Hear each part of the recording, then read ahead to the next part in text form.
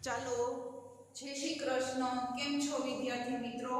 આજે આપણે પાઠ બીજો જોઈશું. ગયા પીરિયડમાં આપણે પહેલો પાઠ પૂરક વાચનમાં જોયો ને, તો હવે આજે ધોરણ 5 ની અંદર સત્ર 2 ની અંદર પાઠ પૂરક વાચનમાં બીજો જોઈએ છે. પૂરક વાચનમાં પાઠનું નામ છે કેટલાક પ્રસંગો. કેટલાક પ્રસંગો એટલે આપણને ખબર છે, આપણે ક્યાંક જઈએ તો આપણે ઓલી વાત કરીએ, આ વાત કરીએ, તો આપણે જોઈએ ને થોડા થોડા નાના ટૂચકા મૂકી કે મારે સ્કૂલે આમ થયું, મારે ઘરે આમ થયું, બહાર રમવા ગયો તો આમ થયું, તો આપણે વાત કરતા હોય ને તે રીતના આની અંદર બધા પ્રસંગ આપ્યા છે. તો આની અંદર મિક્સ પ્રસંગ છે, એટલે કે નાના નાના વાર્તા છે જે જોડકણા જેવા છે. તો પાઠ બીજો કેટલાક પ્રસંગો છે, એની અંદર આપણે શબ્દ સમજૂતી જોઈ લઈએ છીએ. એમાં કામગરી એટલે કે કામમાં રચી પચી રહેનારી, વહાલ સોય એટલે કે વહાલમાં ઉછેરેલી લાડકવાઈ, પરગજો એટલે કે પરોપકારી. તો આપણે આની અંદર પાઠની અંદર બહુ સાદા શબ્દ છે, એટલે બહુ શબ્દ આપણે સમજાય એવા છે, એટલે બહુ શબ્દ નથી, જે આપણે સહેલાઈથી આપણી ભાષાની અંદર શબ્દ વાપરીએ એવા સાદા છે. આપણે વધારે શબ્દ ન સમજાય તો આપણે પાઠની અંદર જોતા જઈએ. જેની અંદર બીજો પાઠ છે કેટલાક પ્રસંગો. તો આપણી આસપાસ એટલે કે આપણી આજુબાજુ આપણે જોવા અનુભવવા મળતા કેટલાક પ્રસંગો અહીંયા આપ્યા છે. શું કીધું છે કે આપણી આજુબાજુ આપણી આજુબાજુ અને આપણે જોવા અનુભવતા મળતા કેટલાક પ્રસંગો અહીંયા આપ્યા છે. જીવન મૂલ્યોથી આપણું જીવન સાર્થકતાનો અનુભવ કરે છે એના આ ઉદાહરણો છે. શું કહે છે કે જીવન મૂલ્યોથી, એટલે આપણે જીવનની ઘણા અંદર અમુક વસ્તુ આપણે ફિક્સ કરી દીધું હોય. મૂલ્યો એટલે કે આપણી કિંમત, આપણું જીવન આપણે કેવું જીવીએ છીએ એની કિંમત, સામેવાળું જીવન, તો આપણું જીવન કેવું છે એ જીવન સાર્થકના અનુભવો અહીંયા રજૂ કર્યા છે. એના ઉદાહરણ જોઈએ તો એની અંદર પહેલું ઉદાહરણ છે સુમંત ત્રીજા ધોરણમાં ભણતો હતો. બપોરની રિસેસ પૂરી થઈ ગઈ અને બધા છોકરાઓ ધકાધકી કરતા વર્ગમાં દોડી ગયા. સુમંતને ધક્કો વાગ્યો અને ટેબલ સાથે અથડાયો. શું કે છે? સુમંત નામનો એક છોકરો છે, એ ત્રીજા ધોરણમાં ભણે છે. બપોરની રિસેસ પૂરી થઈ ગઈ, એટલે કે બપોરે રિસેસ આપણે સ્કૂલે જાય એટલે રિસેસ હોય ને વચ્ચે, તો રિસેસ હતી, તો રિસેસ પૂરી થઈ ગઈ અને બધા ધકાધકી કરતા હતા અને ક્લાસમાં દોડી ગયા અને ધકાધકીમાં સુમંતને ધક્કો લાગી ગયો ને ટેબલ સાથે અથડાઈ ગયો, એટલે કે ટેબલ સાથે ભટકાઈ ગયો અને ટેબલ પર મૂકેલો સાઈનો ખોડિયો પડી ગયો અને ફૂટી ગયો. શું કીધું? ટેબલ ઉપર આગળ જાઓ એટલે ટીચરનું ટેબલ હોય, એ ટેબલ ઉપર સાઈનો ખોડિયો મૂક્યો હતો. સાઈનો ખોડિયો એટલે કે પહેલા છે ને પેન કે પેન્સિલ નહોતા, સાઈના ખોડિયાથી સાઈનો ખોડિયો હોય એમાં બોરીને લખે, એટલે સાઈનો ખોડિયો કેવો હોય છે, ગળી જેવો હોય ને, એ સાઈનો ખોડિયો મૂક્યો હતો અને એ ધક્કાધુકીમાં સુમંતથી પડી ગયો. ધક્કો લાગ્યો એટલે સાઈનો ખોડિયો પડી ગયો અને સાઈનો ખોડિયો પડ્યો એટલે તરત તૂટી ગયો, ફૂટી ગયો. તો શિક્ષક બહુ કડક હતા, એમણે ફૂટેલો ખોડિયો અને જમીન પર ઢોળાયેલા સાઈ જોયા. તો શું કીધું? એના શિક્ષક હતા, જે ક્લાસ ટીચર હતા, એ બહુ કડક હતા, એટલે કે બહુ એકદમ સ્ટ્રિક હતા.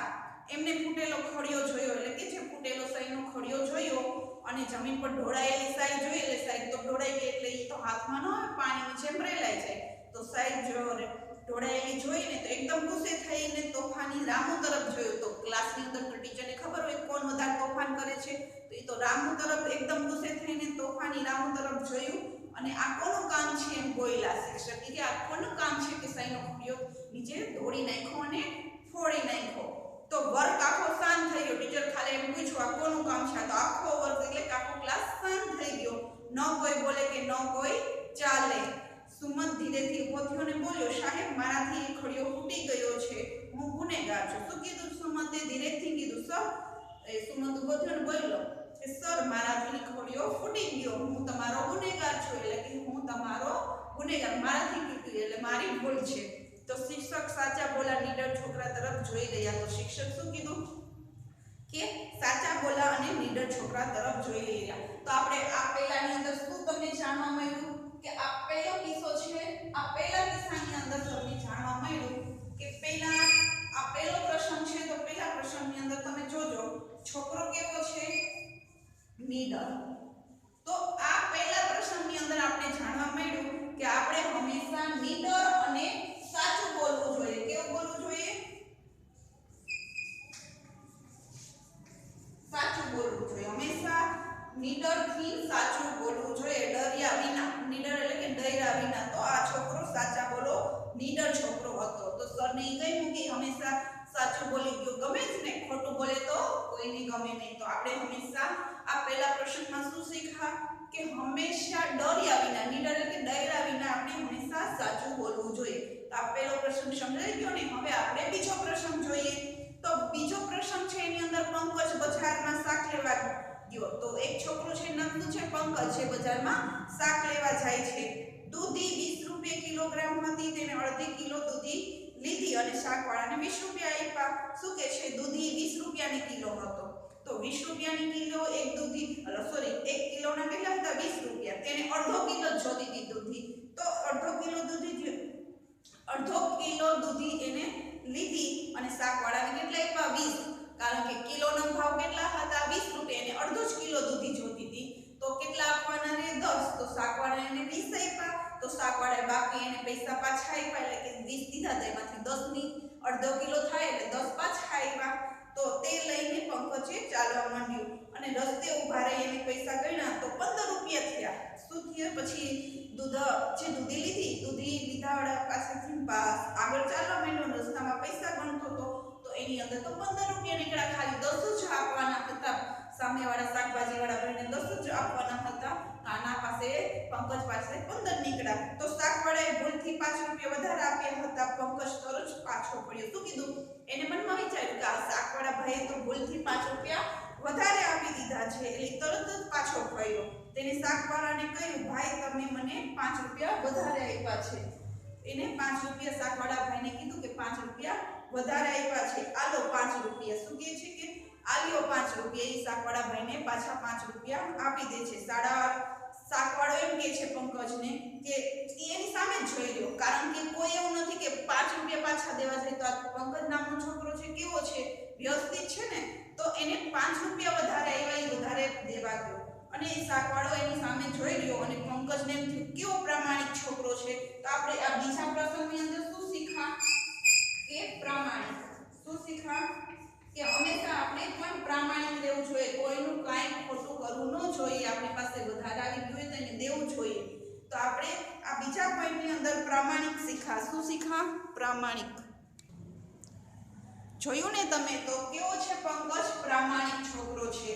તો આપણે પહેલાની અંદર જોયું ને કે પહેલા જે સુમત હતો એ નીડર અને હંમેશા સાચું બોલવાવાળો હતો ને. અને હવે આ પંકજ નામનો છોકરો છે પ્રામાણિક, એટલે કે આપણે પણ હંમેશા કોઈનું ખોટું ન કરવું જોઈએ. ક્યારેક વધારે આવી ગયું હોય તો સામેવાળાને દઈ આવવું જોઈએ. તો આ પંકજે એમ જ કર્યું, બજારની અંદર શાકવાળાને 5 રૂપિયા વધારે આપી દીધા. તો એ પાછો દઈ આવ્યો. હવે આપણે ત્રીજો પ્રશ્ન જોઈએ. તો ત્રીજા પ્રશ્નની અંદર એવું છે કે દીપા સવારમાં વહેલી ઉઠે છે. અહીંયા છોકરીની વાત આવી. પેલા બેની અંદર છોકરા છે, જે તમારા જેવડા છે એની જ વાત છે. જો તો એની અંદર દીપા સવારમાં વહેલી ઉઠે છે, બાને કચરો કાઢવામાં તથા વાસણ ધોવામાં મદદ કરે છે. તો છોકરીની વાત કરે એટલે છોકરી શું કરે? દીપા નામની છોકરી છે સવારમાં વહેલી ઉઠી જાય છે. જો એને ઉઠાડવી નથી પડતી. બાકી અમુકને તો કેવા ઉઠાડવા પડે, ધક્કા મારી ઉઠો ઉઠો કરે ને. તો આ દીપા વહેલી ઉઠી જાય છે, એના બાને કચરો કાઢવા મદદ કરે છે. કચરો કાઢવો એટલે કે ઘરની અંદરથી કચરો સાફ કરવો, વાસણ ધોવા મદદ કરે છે. દાદીમાને દેવ સેવા માટે ફૂલ લાવી આપે છે. દેવ સેવા માટે એટલે કે જે ભગવાનની પૂજા કરવી હોય એના માટે ફૂલની જરૂર પડતી હોય ને, ફૂલ એના બાને લઈ આવી દે છે અને દાદીમાની બધી રીતે સેવા કરે છે, એટલે કે એના કામમાં મદદ કરે છે. નાઈ ધોઈ પોતાના પાઠ વાંચે છે. નાના ભાઈ બહેનની પાસે બેસાડી રમાડે અને બાને જરા પણ હેરાન કરવા ન દે. દીપા કેવી કામગીરી. જો શું કીધું છે કે નાઈ ધોઈ એની જાતે નાઈ લે છે, ધોઈ લે છે કપડાની, બધું પોતાના પાઠ વાંચે છે, એટલે કે નિયમિત છે. ભગવાનના પાઠ વાંચે છે, સાથે સાથે એનો અભ્યાસ કરે છે અને એના નાના ભાઈ બહેન એનાથી હોય ને એને બાજુમાં બેસાડીને રમાડે અને બાને જરા પણ હેરાન ન કરવા દે. શું કે છે? એના બાને જરાય પણ હેરાન થાય ને. એના નાના ભાઈ બહેનને પણ સાચવી લે છે. અને દીપા એવી કામગીરી. તો કામગીરી એટલે કામમાં રચી પચી રહેનારે, હંમેશા એને કામ ચીંધવું ન પડે. જો એ જાતે સમજી જાય કે મારું નાનો ભાઈ બહેન છે, એને રમાડે, બાને પણ હેરાન ન કરે કે આ જોઈ છે ઓલું જોઈ છે. હંમેશા એ કામમાં રચી પચી રહે છે, એટલે કે એ કામ એનું જાતે જ કરતી હોય છે. લગભગ એનું પોતાનું કામ તો જાતે જ જ્યાંથી જે બની શકે જાતે જ કરી લે છે. તો પણ આપણે પણ બધાને કરવું જોઈએ. એવું નથી કે છોકરીઓની જ વાત છે, છોકરાએ પણ એનું કામ, એનું લેસન જાતે કરી લેવું જોઈએ. વાંચવાનું, એને નાવાનું, માથું ઓળવાનું, તેલ નાખવાનું, નખ કાપવાનું. તો આટલું તો કામ તમે જાતે કરી શકો ને. તમારે સુવાનું, ઉઠવાનું એ બધું તમારે હવે જાતે શીખવાનું છે. હવે તમે બધા મોટા થઈ ગયા છો અને અત્યારે તમે તો ઘરે જ હશો એટલે ઘણું બધું શીખાશો. એવું નથી આટલું જ કરવાનું, પણ આપણા મમ્મી પપ્પાને એવું કે નથી કે અમે છોકરા છો રસોઈ ન કરી શકીએ, પણ છોકરાઓને પણ થોડી ઘણી રસોઈમાં મદદ કરવી જોઈએ. મમ્મીને શાક સુધારી દેવું જોઈએ. આવડે નહીં તો પણ શીખવાનું સાથે સાથે. ઓકે, તો આપણે પણ હંમેશા દીપાની જેમ શું કરવાનું, તો આપણે ત્રીજા પ્રશ્નની અંદર શું શીખા કે ત્રીજાની અંદરમાં એમ કીધું છે કે કામગરી. તો કેવી છે દીપા? કામગરી છે એટલે હંમેશા કામમાં રચી પચી રહેનારી છે. એટલે હંમેશા આપણે કામમાં રચ્યા પચ્યા રહેવું જોઈએ. બીજા કોઈની કાંઈ કુટેવ રાખવી ન જોઈએ, બીજા કોઈની વાતચીત ન કરવી જોઈએ, ખોટા એની વાત આમ ને તે કોઈ વિશે ખરાબ બોલવું ન જોઈએ. હંમેશા કામમાં આપણા કામથી કામ મતલબ રાખવાનું. ઓકે, તો આપણે જો આ ત્રણ પ્રસંગની અંદર આપણે ઘણું બધું શીખી ગયા ને. લાગે છે ને પાઠ છે થોડોક નાના છે પોઈન્ટ, પણ આપણે એની અંદર શીખવા કેટલું સરસ મળે છે. તો આપણે હંમેશા સારું શીખવાનું, સારું જોવાનું અને આપણી જાતે પણ સારું કરવાનું. હવે આપણે ચોથો પ્રસંગ જોઈએ. ચોથા પ્રસંગની અંદર એવું છે કે અશ્વિન બજારને રસ્તે જતો હતો. રસ્તા પર ઘોડાગાડી તથા મોટરની ધમાલ હતી. શું કે છે? એક અશ્વિન નામનો છોકરો છે એની વાત કરવાની. એ બજારને રસ્તે જતો હતો, એટલે કે બજારનો રસ્તો હોય ને ત્યાં જતો હતો અને રસ્તા પર ઘોડાગાડી અને મોટરની ધમાલ હતી. એટલે કે રસ્તા ઉપર ટ્રાફિક જામ હતું, મોટર ગાડી અને ઘોડાગાડીની ધમાલ હતી. એક અંધ માણસ રસ્તાની બીજી બાજુએ જવા માંગતો હતો. શું કીધું કે રસ્તા ઉપર તો અવર જવર વાહન નહોતું હોય ને, આપણે કે ટ્રાફિક જામ હતો આપણે કહીએ ને, તો એવી રીતના પહેલા જમાનામાં ઘોડાગાડી વધારે ચાલતી હતી, મોટરની ઘોડાગાડી. અત્યારે તો બધુંય ચાલે છે, નાના સ્કૂટર, મોટા ટ્રક ને બધું.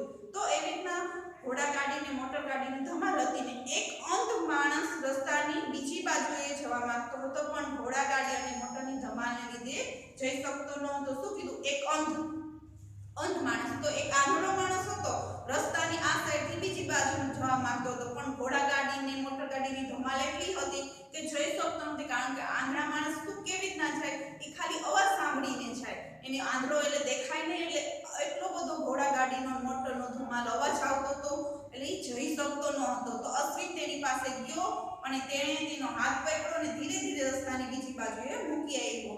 શું કીધું? અશ્વિન હતો, બજારમાં જતો હતો, તેને જોયું કે એ જઈ શકતા નહોતા. જે અંધ વ્યક્તિ હતા એ જઈ શકતા નહોતા સામે. તો અશ્વિન એનો હાથ પકડ્યો, પાસે ગયો અને એનો હાથ પકડ્યો અને ધીરે ધીરે રસ્તાની બીજી બાજુ મૂકી આવ્યા. કારણ કે અંધ માણસને આપણામાં ઘણો હોય ને, આપણે જોઈ શકીએ તો એ ટ્રાફિકની અંદર ફટાફટ નીકળવું સહેલું નથી.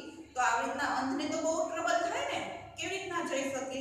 તો આવી રીતના અશ્વિન કેવો છે? અશ્વિન એક દયાળુ માણસ છે. કેવો છે? દયાળુ. તો આપણે ચોથા પોઈન્ટની અંદર શું જાણવા મળ્યું? દયાળુ. તો આપણી આવી રીતના આપણે શું કરવું જોઈએ? હંમેશા દયાળુ. હંમેશા આપણે જે આજુબાજુમાં જોઈએ તો કોઈ ઉપર આપણે દયા રાખવી જોઈએ. નિર્દય થઈને નીકળી નહીં જવાનું. આજુબાજુ જોઈએ કે કોઈ આપણે માણસને કોઈ પણ વસ્તુ હોય, પશુ હોય કે પંખી હોય, આપણે એમને જોઈએ તો એની પર દયા રાખવાની. આપણે દયાપ્રેમી હોવા જોઈએ હંમેશા, કે બીજા પ્રત્યે દયા રાખવાની. આપણે નિર્દય થવાનું નહીં, હંમેશા દયાવાન રહેવાનું. તો આની અંદર તમને જો કેવો છે, નાના પ્રસંગ છે, પણ આપણે આપણી જીવનની અંદર ઉતારવા જેવા છે કે આપણે હંમેશા એકબીજાને મદદરૂપ થવાનું, એકબીજા સાથે પ્રેમ ભાવ રાખવાનો, એકબીજા પ્રત્યે દયા ભાવ રાખવાનો. તો આની અંદર ચોથા પ્રસંગની અંદર દયા ભાવનું કહેવામાં આવ્યું છે કે હંમેશા વ્યક્તિ ઉપર દયા રાખવાની.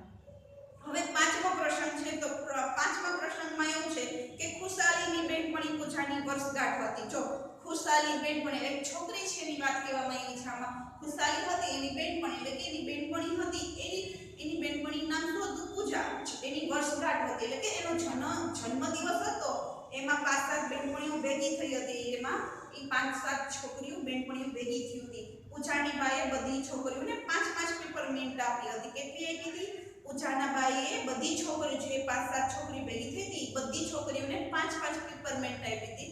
પેપરમેન્ટ એટલે અહીંયા ચોકલેટ અથવા ગળી પેપર. પેલા ચકરેલી ચોકલેટ આવતી હતી ને પેપરમેન્ટ, તો એ બધી છોકરીઓને 5-5 આપી હતી. બીજી છોકરીએ પેપરમેન્ટ ખાઈ ગઈ ને ખુશાલીએ ગજવામાં મૂકી દીધી. જો બીજી બધી એની બેનપણી હતી ને તો એ બધી છોકરીઓ પેપરમેન્ટ ખાઈ ગઈ અને ખુશાલીએ શું કર્યું? ખુશાલીએ ગજવા મૂકી. ગજવામાં એટલે કે ખિસ્સામાં એને મૂકી દીધી. જો એને ખાધી નહીં, બીજી બધી છોકરીઓ યાં ખાઈ ગઈ. ઘરે તો કોઈ ચીજ નહોતી. એની બેનપણી ઘર ખુશાલી ઘરે આવી હતી, યાં ખાઈ ગઈ ખુશાલી ઘરે જ. તો ખુશાલીએ કેવું કર્યું? તો એ ખીચામાં રાખી દીધી.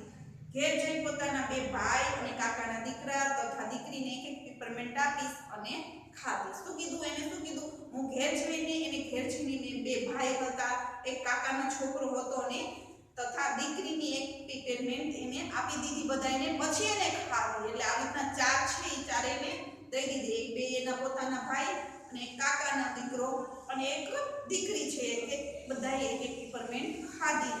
બધાએ દીધી અને પોતે ખાધી. તો આવી રીતના કીધું. આવી રીતના ખુશાલી કેવી કહેવાણી? તો ખુશાલી એક વહાલસોઈ કહેવાય.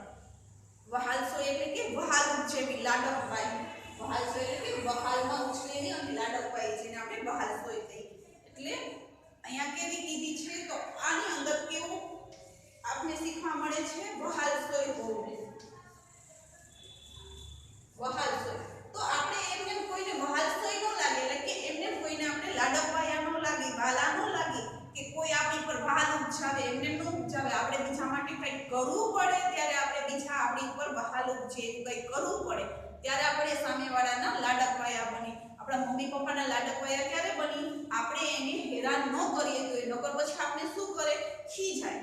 બાકી આપણે જો આવી રીતના એકનું કામ કરીએ દઈએ, આપણે નાના ભાઈ બહેનને સાચવી દઈએ તો આપણે વાલા લાગે. અને આપણે કઈ પણ વસ્તુ હોય એ વસ્તુ બીજા સાથે શેર કરવાની, એટલે કે વેચી દેવાની છે, બીજાને વસ્તુ આપવાની. આપણે જો એ ધારે બીજી છોકરીઓ કેમ ખાઈ ગઈ હતી બધી ચોકલેટ ન્યા, અને આ એક ખુશાલી કેવી હતી જે ઘરે લઈ ગઈ, એના બે ભાઈને દીધી, કાકાના છોકરાને દીધી અને એક દીકરી હતી એને દીધી. તો આપના ચાર ચોકલેટ એ અને છેલ્લી એક ચોકલેટ એને ખાધી. તો આવી રીતના જો વહાલ સોયા તો જ લાગે છે આપણે એકબીજાને વસ્તુ આપી શેર કરીએ તો. હવે આપણે છઠ્ઠો પ્રસંગ સમજીએ. છઠ્ઠા પ્રસંગની અંદર છે કે નિલેશ એના ચાર ભાઈબંધો સાથે રમતો હતો. શું કીધું? કે નિલેશ નામનો છોકરો હતો, એ એના ચાર ભાઈબંધ સાથે રમતો, એટલે કે એના દોસ્તાર ચાર હતા એની સાથે રમતો હતો. અને એની બાઈ એને 5-5 કેરી આપી, એટલે કે એના બા હતા જે નિલેશના બા, એને 5-5 કેરી આપી દીધી. નિલેશે ચારેય ભાઈબંધોને એક એક કેરી આપી અને પાંચમી કેરી પોતે માટે રાખી. શું કીધી? એના બાએ 5 કેરી આપી હતી, તો એના ચાર દોસ્તાર હતા, ચારે દોસ્તારને નિલેશે એક એક કેરી આપી દીધી. તો પાછળ એક વૈધી, એક કેરી વૈધી એને રાખી પોતાના માટે. પણ તે પોતાની કેરી ખાવા જતો હતો, તેવામાં જ તેને ગરીબ છોકરો દેખાણો, એની સામે તરત જોતો હતો અને એને એમની તરફ એને દયા મળે છે જોતા જોયો. શું કીધું? કે ઈ એક કેરી ખાતો હતો, ત્યાં એક ગરીબ છોકરો જોયો, ઈ એની સામે ખાવા જતો હતો ને તો જોતો તો એની સામે દયા મળે છે, એટલે કે એને દયા આવશે કે આ છોકરો મને દેશે એવા છે એટલે જોતો હતો. અને નિલેશે તરત જ પોતાની કેરી પેલા ગરીબ છોકરાને આપી દીધી અને પોતે નો ખાધી. તો આવી રીતના શું થયું? ઈ તો નિલેશ કેવો કહેવાનો? પરગજુ. પરગજુ એટલે પરોપકારી. તો આપણે છઠ્ઠા પોઈન્ટની અંદર શું જોવા મળ્યું? છઠ્ઠા પ્રસંગની અંદર પરગજુ. પરગજુ એટલે જે મેં તમને પેલા શબ્દ સમજાવ્યો હતો ને, પરગજુ એટલે પરોપકારી, એટલે કે એકબીજાને શેર કરવાવાળા. તો એને કેરી જો ઈ ધારે તો કેરી ખાઈ શકે. આપણે ગયા પાઠમાં નહોતું કીધું કે ગયા ભિખારીની વાત કરી તો ચલ હટ ન કીધું. અને બીજો એક છોકરો હતો જેને દયા કરી કે એને એની પરીક્ષા હતી, તો એને ખબર છે ટાઈમ થઈ ગયો છે, તો એની પરીક્ષાની સ્કૂલે પહોંચ્યો નહીં. બિચારા ઓલા અંધ જે પડી ગયા હતા નીચે, એને લોહી નીકળતું તો હોસ્પિટલમાં દાખલ કર્યા, પછી પરીક્ષા દેવા ગયો. તો આવી રીતના પરોપકારી વ્યક્તિ કહેવાય. એ આપણે પાઠમાં સમજ્યા ને છેલ્લો. તો આવી રીતના આની અંદર છે, પણ એવી રીતના છે કે આ કેરી ખાધી નહીં, પણ એને ગરીબ ઉપર દયા આવી અને એ કેરી એને દઈ દીધી, કારણ કે એ ઘરે જઈને બીજું ખાઈ શકે. આ ગરીબ પાસે શું હોય છે, એને માગીને ખાવું હોય. તો આવી રીતના એ નિલેશ પરગજુ કહેવાનું. હવે પ્રસંગ છેલ્લો છે 7મો કે મનન અને એનો નાનો ભાઈ અંગત શાળામાં ભણતા હતા. આજે એમની શાળામાં રમતગમતનો કાર્યક્રમ હતો. જો મનન નામનો છોકરો હતો અને એનો નાનો ભાઈ અંગત, એ બે શાળામાં સાથે ભણતા હતા અને એની શાળામાં એક રમતગમતનો કાર્યક્રમ હતો. તો આપણે હોય છે ને આપણી સ્કૂલમાં રમતગમતનો કાર્યક્રમ, અને બને જણ સાંજે કાર્યક્રમ જોવા જવાના હતા. એટલે એ કાર્યક્રમ કેવો હતો? સાંજે. આપણે નવરાત્રીનો કાર્યક્રમ કેમ સાંજે રાખી છે એવી ના હોય ને, ક્યારેક અમુક સ્ટુડન્ટ છે બાર બધી એક્ટિવિટીમાં આવે, એને ખબર છે કે જે ટાઈમ આવે એ ટાઈમે જવું પડે છે ને. તો આવી રીતના એનો ટાઈમ સાંજનો હતો રમતગમતનો. અને બપોરે અંગતને કાંઈક તાવ ચડી ગયો. શું કીધું? અંગત છે ને કાંઈક તાવ આવી ગયો ચિંતાનો. અને એના પપ્પાએ અંગદને કાર્યક્રમ જોવા જવાની ના પાડી. તો એના પપ્પાએ તાવ આવ્યો એટલે એના પપ્પા ના જ પાડી કે તારે જવાનું નથી કાર્યક્રમ. તાવ આવ્યો હોય ત્યાં જઈને શું કરી શકે, શું જોઈ શકે. તો મનન પણ કાર્યક્રમ જોવા ન ગયો અને તેને અંગદ પાસે બેસી એને નાની નાની વાતો વાંચી સંભળાવી. શું કીધું? એનો ફ્રેન્ડ હતો મનન, એ પણ ન ગયો કારણ કે એનો ફ્રેન્ડને અંગદને તાવ આવ્યો હતો. તો મનનને પણ જોવા જવાનું મન ન થયું. એની અંગદની બાજુમાં બેસી ગયો અને નાની નાની વાતો વાંચે અને સંભળાવે. કારણ કે તમને ખબર જ હોય, તમારા નાના ભાઈ બહેનને એકને તાવ આવે તો બીજાને ઘરમાં ગમે ને. તો આવી રીતના એને ભાઈને ગમ્યું નહીં અને એ ગયો એને કાર્યક્રમ જોવા, એની બાજુમાં બેઠો અને વાંચ્યો. તો મનન કેવો કહેવાનું? પ્રેમાળ. કેવો કહેવાનું? તો આવી રીતના મનન પ્રેમાળ. તો આવી રીતના આપણે 7 ગુણ જોવા મળ્યા છે આપણા જીવનમાં ઉતારવા જેવા છે. પ્રેમાળ એટલે એકબીજા સાથે પ્રેમ દેખાડવો, પ્રેમ દર્શાવવો. તો આવી રીતના આપણે જોયું તો આ બધાય ગુણ આપણા જીવનમાં ઉતારવા જેવા છે. તો આ પાઠની અંદર આપણે હંમેશા સાચું બોલવું જોઈએ. એક પોઈન્ટ શીખા. બીજું કે પ્રામાણિક થાય, એકબીજા સાથે પ્રામાણિક રહેવું જોઈએ, કોઈનું ખોટું ન કરવું જોઈએ ક્યારે. જે 5 રૂપિયા પણ પાછા દેવા ગયા હતા ને. અને ત્રીજું કામોદરી એટલે કે હંમેશા આપણે એકબીજાને મદદ કરવી જોઈએ. ઘરે મમ્મી પપ્પા મોટાને બાને હંમેશા મદદ કરવી જોઈએ. આ છોકરી હંમેશા રચી પચી રહેતી હતી ને, એવી રીતના આપણે પણ કામમાં આપણું કામ જાતે જ કરવાનું છે. આપણે બધું આપણું માથું ઓરવાથી નાથી માંડીને સાંજે સુવાથી ઉઠવાથી બધું કામ આપણે આપણું તો જાતે જ કરવાનું. એટલે કે આપણે આપણા કામમાં રચ્યા પચ્યા કામગરી તરીકે રહેવાનું. ચોથું દયાળુ, એકબીજા પ્રત્યે દયા રાખવાની છે. અને પાંચમું વહાલસોઈ. વહાલસોઈ આપણે ક્યારે થાય કે આપણે એકબીજા સાથે સારી રીતે રહી તો આપણે કોક વાલું લાગે, નગર વાલા લાગી નહીં કોઈના. પછી છઠ્ઠું છે પરગજુ.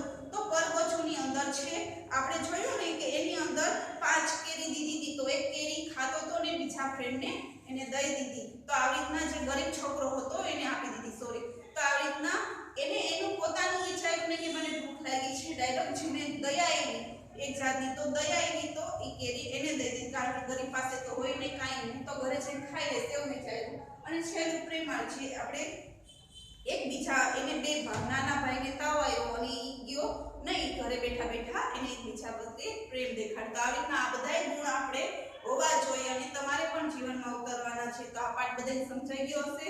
જય શ્રી કૃષ્ણ. હવે નેક્સ્ટ પાઠમાં મળીશું.